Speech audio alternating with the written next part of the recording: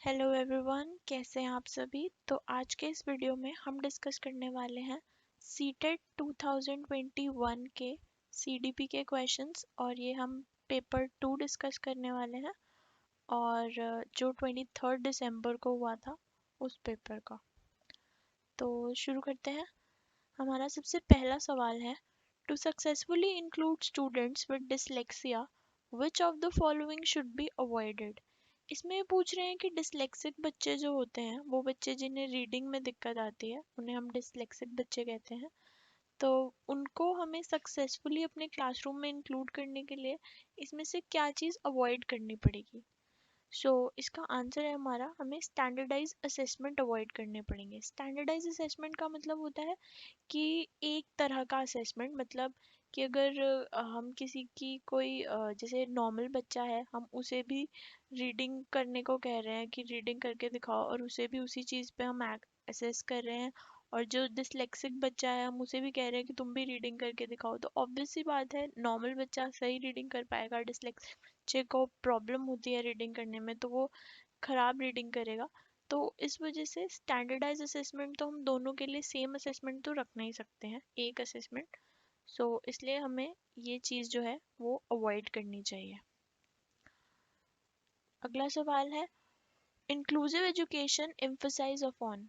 Inclusive education का मतलब वही होता है कि जो एक नॉर्मल बच्चा होता है और उसके साथ कोई डिसेबिलिटी वाला बच्चा, दोनों को एक ही क्लासरूम में पढ़ाया जाए, तो हम उसको कहते हैं इंक्लूसिव एजुकेशन। उन्हें कोई अलग अलग क्लासरूम में सेग्रीगेट करके ना पढ़ाया जाए, इंक्लूड करके पढ़ाया जाए, तो उसका मतलब होता है हमारा इंक्लूसिव एजुकेशन। तो ये किस चीज़ पे एम्फसाइज करता है, किस चीज़ पे जोर देता है। तो ये लेबलिंग पे जोर देता है? जी नहीं, लेबल तो हम कर ही नहीं रहे। जब हम बच्चों को एक साथ पढ़ा रहे हैं तो हम किसी को कह ही नहीं रहे कि वो नॉर्मल है या वो ऐसा है या वो ऐसे है। सेग्रीगेट भी नहीं कर रहे हम, तो इसमें इंक्लूड कर रहे हैं। तो इसका जो सही आंसर है वो है इक्वालिटी। हम इक्वालिटी प्रमोट कर रहे हैं कि तुम भी यहीं पढ़ोगे और वैसे बच्चे भी यहीं पढ़ेंगे। तो इसका सही आंसर है हमारा इक्वालिटी। उसके बाद है, which of the following teaching learning material will benefit inclusion of students with visual impairment. अब ये फिर इंक्लूजन के ऊपर ही है कि टीचिंग एंड लर्निंग जो है उसको बेनिफिट करना है हमें विजुअल इम्पेयर्ड बच्चों का। तो हम ऐसे क्या चीज़, कौन सा मटेरियल यूज़ करेंगे टीचिंग लर्निंग का कि विजुअली इम्पेयर्ड बच्चों को हेल्प हो, उन्हें बेनिफिट हो। हम ऐसा कुछ भी यूज़ नहीं कर सकते जिसमें विजुअल का जो है वो काम हो। जैसे क्योंकि विजुअल इम्पेयरमेंट होता है मतलब कि उनकी जो आईसाइट है वो वीक है, तो उनके लिए हम हैंड रिटन नोट्स नहीं यूज़ कर सकते, मैप्स एंड ग्लोब्स नहीं यूज़ कर सकते, पिक्चर्स एंड डायग्राम्स नहीं यूज़ कर सकते। हम उनके लिए ऑडियो टेप्स यूज़ करेंगे। The correct answer is audio tapes. अगला सवाल है, which of the following are the four factors that influence the development according to Jean पियाजे। अब इसमें पूछ रहे हैं कि जीन पियाजे के अकॉर्डिंग जो है वो कौन से ऐसे फोर फैक्टर्स हैं जो डेवलपमेंट जो है वो इन्फ्लुएंस करते हैं। इसका करेक्ट आंसर है मैचुरेशन, एक्टिविटी, सोशल एक्सपीरियंस और इक्विलिब्रेशन। हमारा करेक्ट आंसर है number 1, maturation, activity, social experience और इक्विलिब्रेशन। अगला सवाल है, dash and dash are secondary agencies of socialisation. इसमें पूछ रहे हैं कि इसमें से सेकेंडरी एजेंसी कौन सी है। तो इसमें से हमें एलिमिनेट मेथड यूज करके हम आंसर निकाल सकते हैं। जैसे स्कूल एंड फैमिली, हमें जानते हैं फैमिली प्राइमरी होती है, तो जहाँ भी फैमिली है वो वाला ऑप्शन तो हो ही नहीं सकता, बचा एक option, school and media. Correct answer is school and media. अगला क्वेश्चन है, in the teaching learning process error analysis is. कि एरर एनालिसिस जो होता है क्या वो इररेलेवेंट होता है? जी नहीं, एरर एनालिसिस करना तो बहुत ज़रूरी होता है। अगर हमें कमियां ही नहीं पता लगेंगी या हमारी गलतियां ही नहीं पता लगेंगी तो उनकी सुधार के लिए हम रेमेडियल टीचिंग कैसे करेंगे। तो एरर एनालिसिस करना इररेलेवेंट तो नहीं होता, ज़रूरी होता है, रेलेवेंट होता है। रेलेवेंट ओनली फॉर टीचर्स, क्या एरर जानना सिर्फ टीचर के लिए ही इम्पोर्टेंट होता है कि बस हाँ टीचर को एरर पता लग गया उसने रेमेडियल टीचिंग करा दी? जी नहीं, जब तक आपको यानी एक स्टूडेंट को अपनी गलती का पता नहीं चलेगा तो वो सीरियसली लेगा नहीं भी नहीं उस रेमेडियल टीचिंग को, तो ये भी गलत है।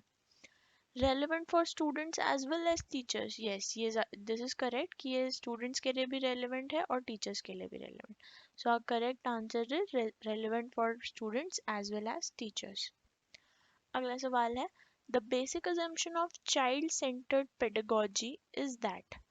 इसमें कह रहे हैं हम क्या मान के चलते हैं चाइल्ड सेंटर पेडागोजी में, हम ये मान के चलते हैं कि learning needs to be solely centered around text book? जी नहीं। चाइल्ड सेंटर्ड है तो टेक्स्ट बुक कैसे सेंटर्ड हो सकता है उसका? अगर ये कह रहा है कि सेंटर जो है मेन जो उसमें चीज है वो चाइल्ड होनी चाहिए, तो हम टेक्स्ट बुक को पहले कैसे रख सकते हैं? तो ये आंसर गलत है। The experiences and perspective of students should be taken into consideration while teaching. This is correct कि भाई एक्सपीरियंस और पर्सपेक्टिव जो है वो स्टूडेंट्स के लेने चाहिए, उनसे उनके हिसाब से होना चाहिए, तभी हम उनसे कहेंगे कि ये चाइल्ड सेंटर्ड है कि इस पे स्टूडेंट्स पे फोकस हो रहा है, उनके उनसे पूछा जा रहा है, उनके पर्सपेक्टिव लिए जा रहे हैं कंसिडरेशन में टीचिंग के टाइम पे। So this is correct. Learning is directed and controlled by the environment. नहीं, दिस इज नॉट करेक्ट कि सारा का सारा हम ये नहीं कह सकते कि लर्निंग जो है वो पूरी की पूरी एनवायरनमेंट के ऊपर ही डिपेंड करती है। No, the best way to encourage students to learn is through use of rewards and punishment. नहीं, रिवॉर्ड्स और पनिशमेंट से यूज करके उनमें एक्सट्रिंसिक मोटिवेशन आता है, वो फिर हमेशा सिर्फ किसी रिवॉर्ड या पनिशमेंट के डर से ही काम करेंगे, तो this is also not good. So सबसे अच्छा जो सबसे पॉजिटिव पॉइंट है इस पूरे में और जो बता रहा है चाइल्ड सेंटर्ड के बारे में वो है हमारा question number second. So option number second is the right answer. अगला क्वेश्चन है, according to Lev Vygotsky theory, dash is the area between the child's independent performance and the level of performance that a child could achieve with the adult guidance or by working with a more knowledgeable peer. सो ये तो बहुत ही easy question था। It is zone of proximal development. Zone of advance development कुछ नहीं होता pedagogy में, कोई कभी नहीं पढ़ा, सिर्फ हमने जोन ऑफ प्रॉक्सिमल डेवलपमेंट पढ़ा है। और उसका मतलब हमने यही पढ़ा है कि अगर जैसे बच्चे की परफॉर्मेंस इम्प्रूव करने के लिए एडल्ट के गाइडेंस के साथ साथ या फिर किसी नॉलेजेबल पीयर का गाइडेंस हो तो अच्छा डेवलपमेंट होता है उसका, तो उसको कहते हैं हम zone of proximal development. Mental development कुछ नहीं होता, जोन ऑफ सिग्निफिकेंट डेवलपमेंट भी कुछ नहीं होता। सो the correct answer is zone of proximal development, option 4। Next question, which of the following will be helpful to access critical thinking skills among the students? इसमें पूछ रहे हैं कि इनमें से कौन सा जो है वो critical thinking skill जो है वो access करने में help करेगा। critical thinking आप समझ लीजिए कि जिसमें वो सोचे, जिसमें वो एनालाइज करे कि हाँ क्या सही हो सकता है, ये नहीं कि कोई रटा रटाया ज्ञान वो दोबारा से रिकॉल करके बोल दे, नहीं। क्रिटिकल थिंकिंग में होता है वो एनालाइज करता है, वो सोचता है कि हाँ इसके क्या क्या चीज़ें हो सकती हैं और उसके बाद उन्हें एलिमिनेट करता है जो नहीं हो सकती हैं। तो क्रिटिकली सोचता है मतलब वो। तो सबसे पहला है one word fill in the blanks for definitions. नहीं, इसमें कोई डेफिनेशंस तो सीधी सीधी याद करनी होती हैं, तो उसमें कोई क्रिटिकल थिंकिंग इन्वॉल्व नहीं होती। रिकॉल बेस्ड शॉर्ट क्वेश्चंस, नहीं ये भी नहीं हो सकता। रिकॉल करना क्रिटिकल थिंकिंग में नहीं आता है। रिकॉल वही बात होगी कि तुम रटा रटाया ज्ञान बोल रहे हो कहीं से। Contextualise reflection based question, context से जो है वो रिलेटेड क्वेश्चन, हाँ ये हो सकता है। मल्टीपल चॉइस भी नहीं हो सकता क्योंकि इसमें वो एक करेक्ट आंसर होता है। सो the correct answer is contextualise reflection based question, कि मतलब कोई आपने चीज़ पढ़ाई, उसी के कंटेक्स्ट में आपने कुछ क्वेश्चंस पूछ लिए, उसके कंटेक्स्ट में पूछे हैं, उसमें से नहीं पूछे हैं। जो चीज़ आपने पढ़ी उसकी कंटेक्स्ट में कोई एप्लीकेशन बेस्ड क्वेश्चन पूछ लिया, तो वो जो है वो हेल्प करता है क्रिटिकल थिंकिंग स्किल डेवलप करने में। अगला सवाल है, ओह, थोड़ा ऊपर हो गया।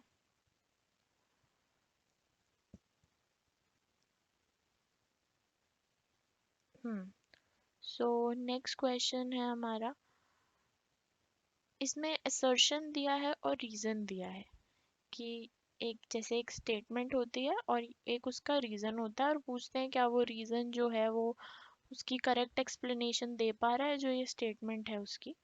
सो हमारा assertion है, it is important for a teacher to focus on development of children metacognitive capabilities। और रीजन है इसका, when a children become aware of their own beliefs and thinking they become more capable of regulating their own learning। तो इसमें options हैं, A is true, R is false, both A and R true, R is not the correct explanation of ए।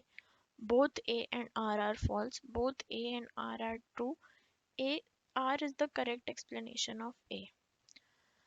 तो इसमें पूछ रहे क्या teacher जो है, इस इम्पोर्टेंट होता है टीचर को to focus on development of children की मेटाकॉग्निटिव जो कैपेबिलिटीज हैं उन पे फोकस करना ज़रूरी होता है टीचर का। और इसमें कह रहे हैं रीज़न है कि when a child become aware of their own beliefs and thinking they are more capable of regulating their own learning. तो हाँ, so A is true and R is also true, and R is the correct explanation of A. So answer is option number 4th। अगला सवाल है, which of the following does not illustrate a constructive learning approach। इनमें से कौन सा ऐसा है कि जिसमें ऐसा लग रहा है कि बच्चा कंस्ट्रक्ट नहीं कर रहा है नॉलेज। कंस्ट्रक्ट मतलब अपने आप से नहीं बना रहा है नॉलेज, मतलब कोई चीज़ देखकर उसे कंस्ट्रक्ट नहीं कर रहा है। तो इसमें है learning at individual pair. Second option है हमारा rote memorisation and verbatim recall. Rote memorisation और वर्बेटम रिकॉल तो बिल्कुल नहीं हो सकता क्योंकि इसमें कोई कंस्ट्रक्शन नहीं होता, स्पून फीडिंग होती है एक तरह से। Multiple interpretations, collaborative learning.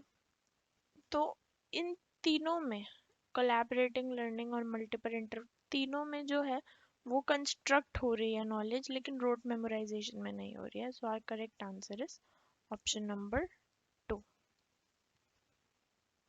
अगला सवाल है, contemporary theorist considered childhood as what, as a period of development till the age of puberty? No. As a sacred period in all the cultures? No. As a period of great stress and anxiety? No. Great stress and anxiety जो है वो adolescence को कहा गया है, तो ये नहीं होगा। सेक्रेट पीरियड और कल्चर्स में भी नहीं होगा। Development till the age of puberty भी नहीं होगा। तो कंटेम्प्रेरी थ्योरिस्ट मानते हैं चाइल्डहुड को एज अ सोशल कंस्ट्रक्शन, कि इसमें जो बच्चा है वो सोशली बहुत इन्वॉल्व रहता है, मतलब दोस्त बनाता है, उसके बहुत दोस्त होते हैं और उसे सोशली रहना, सोशलाइजेशन करना बहुत अच्छा लगता है। तो it is as a childhood has a social construction. So अब हमारा अगला सवाल है, according to Lev Vygotsky dash is the foundation of higher cognitive process. तो लिव वाइगॉट्स्की के अकॉर्डिंग जो है वो इनमें से क्या है जो कि फाउंडेशन होता है, एक तरह से बेसिक होता है हमारी सारी हायर कॉग्निटिव प्रोसेसेस का। सो the correct answer is language, क्योंकि लिव वाइगॉट्स्की दो चीज़ों पे फोकस करके रखते थे, एक तो था कल्चर के ऊपर और सोशलाइजेशन के ऊपर, मतलब सोशलाइजेशन के ऊपर फोकस था उनका, और जो फोकस था उनका वो था लैंग्वेज के ऊपर। इन दो चीज़ों के ऊपर उनका खासा फोकस था। सो the correct answer is language. Next question is, which of the following is not the characteristic of middle school classroom rooted in the socio-constructive frame? इसमें पूछ रहे हैं जो मिडिल स्कूल मतलब जो मिडिल क्लासेस होती हैं उनका जो क्लासरूम होता है वो इनमें से कौन सी कैरेक्टरिस्टिक नहीं है अगर एक सोशल कंस्ट्रक्टिव फ्रेमवर्क बनाना है। इसका मतलब है कि अगर हमें ऐसा दिखाना है कि क्लासरूम बहुत ही सोशलाइज्ड है, मतलब लोग एक दूसरे से आपस में घुल मिल के और डिसीजंस लेते हैं और ये दिखाना है, सोशलाइजेशन में इन्वॉल्व रहते हैं। तो इनमें से ऐसा क्या नहीं है, ऐसी कौन सी कैरेक्टरिस्टिक नहीं है जो सोशलाइजेशन नहीं दिखा रही है। So giving opportunities for group discussion, इसमें सोशलाइजेशन हो रहा है, ग्रुप डिस्कशन है। Encouraging learners to learn from variety of sources, जी हाँ इसमें भी हो रहा है। कंस्ट्रक्टिविज्म हो रहा है इसमें, सोशलाइजेशन के साथ साथ नॉलेज कंस्ट्रक्ट जो हो रही है वो इसमें हो रही है। जब वेराइटी ऑफ सोर्स से कलेक्ट करेंगे, मतलब सर्वे करके कलेक्ट करेंगे, तो उसमें सोशल कंस्ट्रक्ट तो हो रहा है। Appreciate asking of questions by the learners, ये भी है, इसमें भी सोशलाइजेशन हो रहा है। जब हम अप्रिशिएट करते हैं क्वेश्चंस को, एक दूसरे से बात हो रही है, तो मतलब सोशलाइजेशन हो रहा है। Promoting all learners to give identical answers and follow the same method, ये थोड़ा नेगेटिव साउंड कर रहा है, तो the correct answer is promoting all learners to give identical answer. अब एक जैसा आंसर अगर देंगे तो बच्चे की नॉलेज क्या कंस्ट्रक्ट हो रही है, कुछ भी कंस्ट्रक्ट नहीं हो रहा है। कंस्ट्रक्ट करना के लिए ज़रूरी है कि वो अपनी खुद की नॉलेज, अपने खुद के unique answers they. So, is the correct answer is promoting all learners to give identical and follow the same method is not good for the middle classroom for social constructive framework. अगला सवाल है हमारा, as per National Education Policy 2020, the form of assessment in schools should shift from. So the correct answer of this is it should shift from summative to formative. Next question. Which of the following practices promotes inclusion in context of children with disabilities? अब ये कह रहे हैं कि इनमें से देखिए inclusion पे बेस्ड बहुत सारे क्वेश्चंस आते हैं। सो आप ये एनालाइज कर सकते हैं इस पेपर को डिस्कस करते हुए हमारे साथ, या देखते हुए कि inclusion is a very important topic. 3 questions देख चुकी हूँ मैं अब तक और वो सारे के सारे इंक्लूजन पे बेस्ड हैं। 3-4 क्वेश्चन देख चुकी हूँ मैं, वो सारे कंस्ट्रक्शन या क्रिटिकल थिंकिंग पे बेस्ड हैं। तो इन सब चीज़ों का भी हमें देखते हुए चलना होता है कि एनालाइज यही होता है कि किस किस किस फील्ड से क्वेश्चंस आ रहे हैं ज़्यादातर, या किस टॉपिक से ज़्यादा क्वेश्चंस पूछे जा रहे हैं। सो ये हमारा थर्ड क्वेश्चन है इंक्लूजन पे। Which of the following practices promote inclusion in context of children with disabilities? Barrier free access, correct. Assistive devices and appropriate technology based tools, correct. Choice of regular or special schooling as well as home based education. Uniform structured curriculum as a means of assessment, इसका मतलब है कि एक uniform curriculum follow होना चाहिए as a means of assessment, ये गलत है। सो हमारा जो करेक्ट आंसर है वो है option number 4, first second and third. Next question, Carol Gilligan primary critic of Lawrence Kohlberg's theory of moral development, क्या था उनका क्रिटिक लॉरेंस कॉलबर्ग की थ्योरी के बारे में? सो फैक्चुअल क्वेश्चन है ये। So the correct answer is situated in the feminist perspective, कि उन्होंने सिर्फ एक फेमिनिज्म पर्सपेक्टिव की बात कर ली है।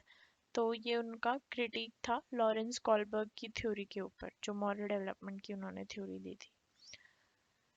Question number 18 is, to break gender stereotypes carried by the students, a teacher should. Gender stereotypes जो है वो ब्रेक करने के लिए by students, a teacher should let students carry on with those stereotypes, जी नहीं, उन्हें उन्हीं के साथ रहने दें। कि अगर बच्चों में कोई स्टीरियोटाइप्स डेवलप हो रहे हैं, स्टीरियोटाइप्स जैसे क्या कहते हैं उन्हें, रूढ़िवादी विचार जो होते हैं उन्हें स्टीरियोटाइप्स कहते हैं हम। अ, तो अगर बच्चों में कोई रूढ़िवादी विचार, जैसे किसी लड़के में ये हो रहा है कि लड़कियां जो हैं वो कमज़ोर होती हैं, तो ये एक तरह का स्टीरियोटाइप है, ये एक रूढ़िवादी विचार है। तो क्या हम ऐसे ही रहने दें, बच्चों को कैरी ऑन करने दें उन्हें आगे भी स्टीरियोटाइप्स के साथ? जी नहीं, ऐसा नहीं करना चाहिए। Reduce the marks in assessment of academic domain, ये भी नहीं होना चाहिए, वो ज़िद्दी हो जाएंगे ऐसे, तो ये भी नहीं कर सकते।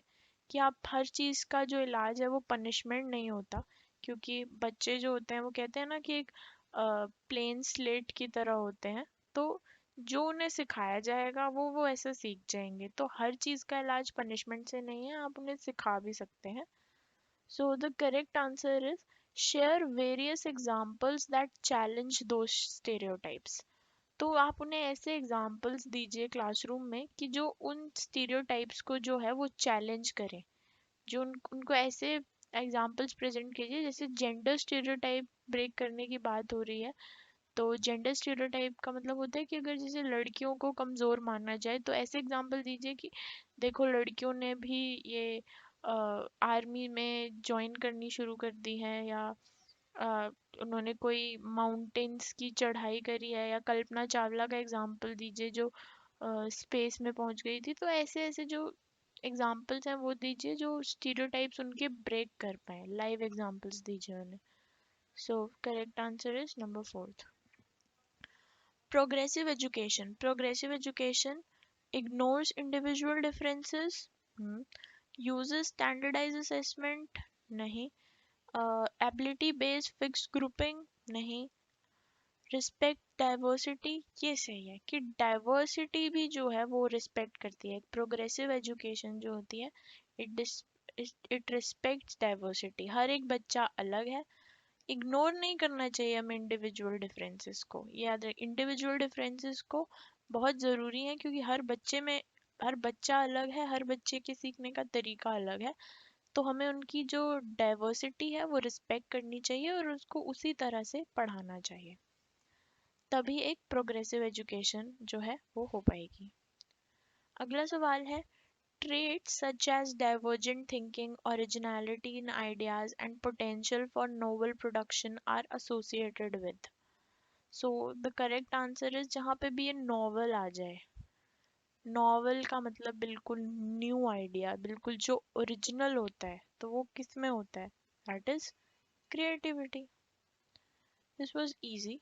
Isha can detect and respond appropriately to the moods of her friends and family members and wishes to become a psychotherapist. Which kind of intelligence she possess and should further develop?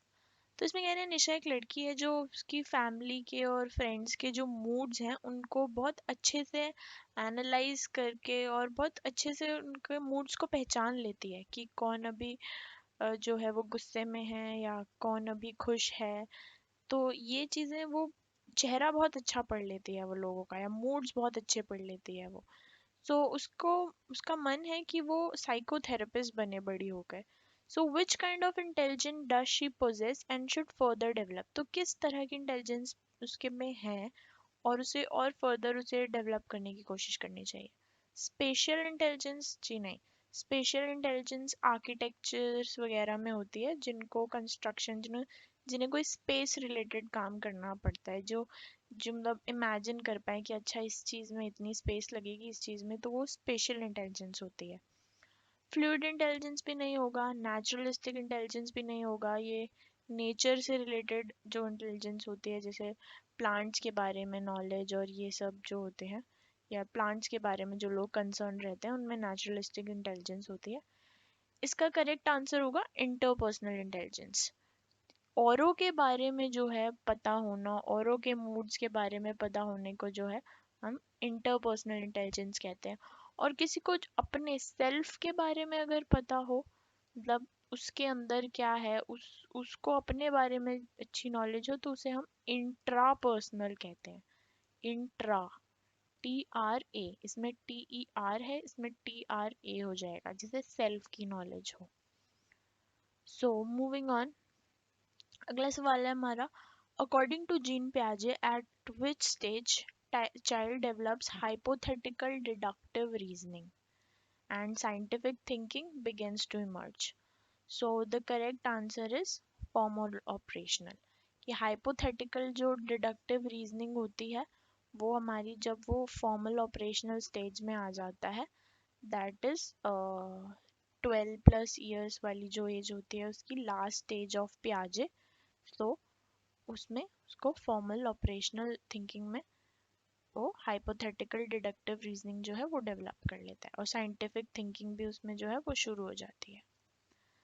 अगला सवाल है, which of the following kind of goal setting will intrinsically motivate students for learning?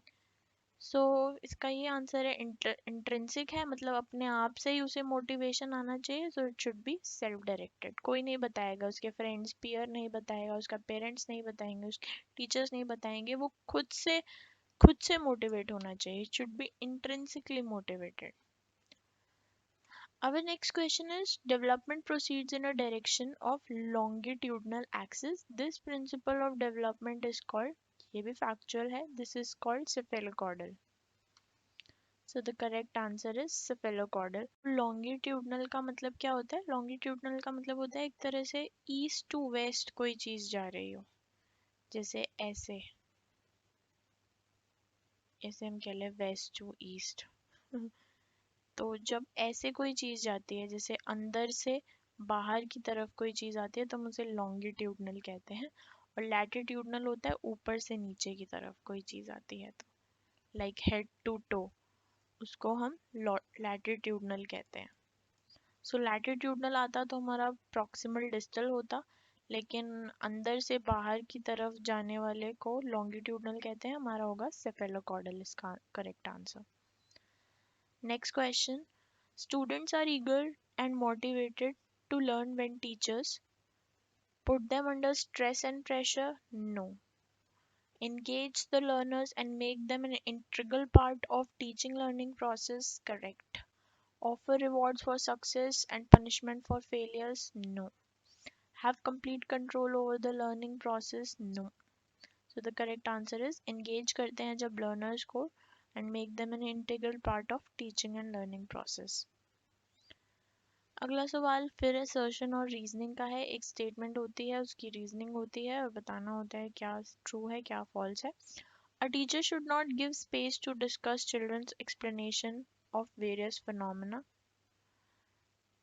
This is not correct. Teachers should give space to discuss the children explanation of various phenomena. Reason is children are not capable of developing casual explanation on their own. ऐसा भी नहीं है. Children can construct their own knowledge, so they are capable for developing a casual explanation. So this is also correct. So both A and R are false.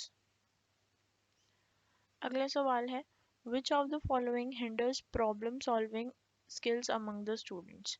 इनमें से कौन सी ऐसी चीज़ है जो कि हिंडर करती है बच्चों को कोई प्रॉब्लम सॉल्विंग स्किल्स जो है वो डेवलप करने में?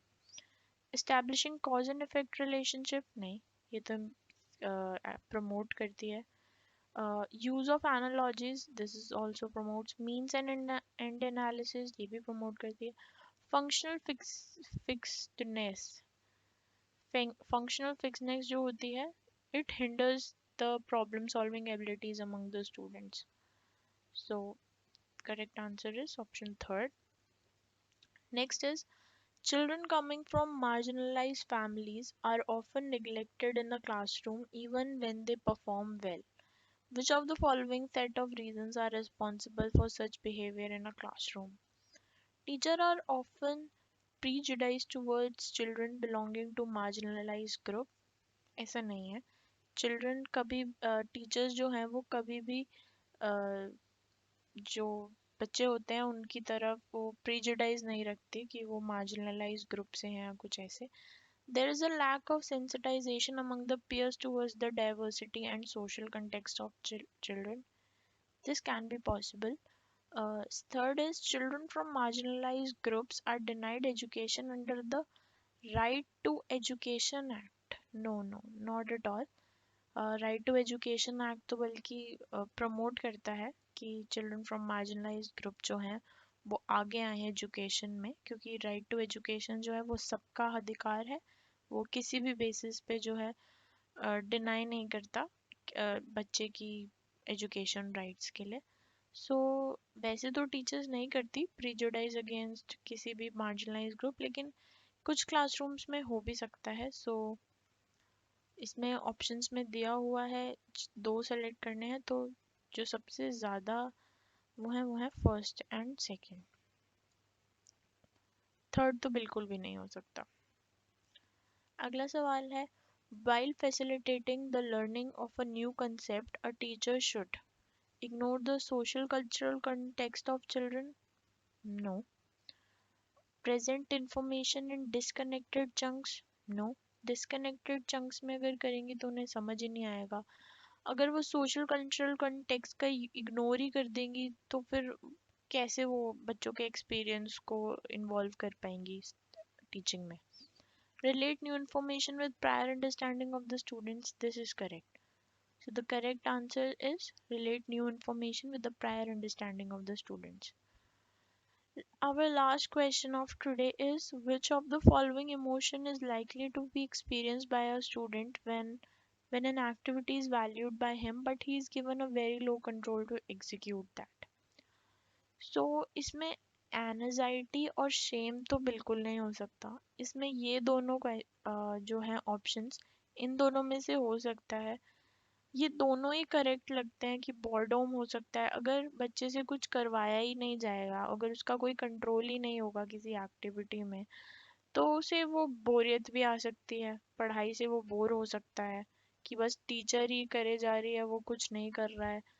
तो वो बोर भी हो सकता है इस चीज़ से और फ्रस्ट्रेट भी हो सकता है. उसे ऐसा लगता है कि जब उसे वो चीज़ आ सकती है या वो कर सकता है तो उससे क्यों नहीं करवाया जा रहा. तो इन दोनों में डाउट है. लेट्स सी कि सीटेड जो आंसर की रिलीज होगी वो कौन सा सही आंसर बताते हैं. सो इन दोनों में अभी जो है वो डाउटफुल है ये.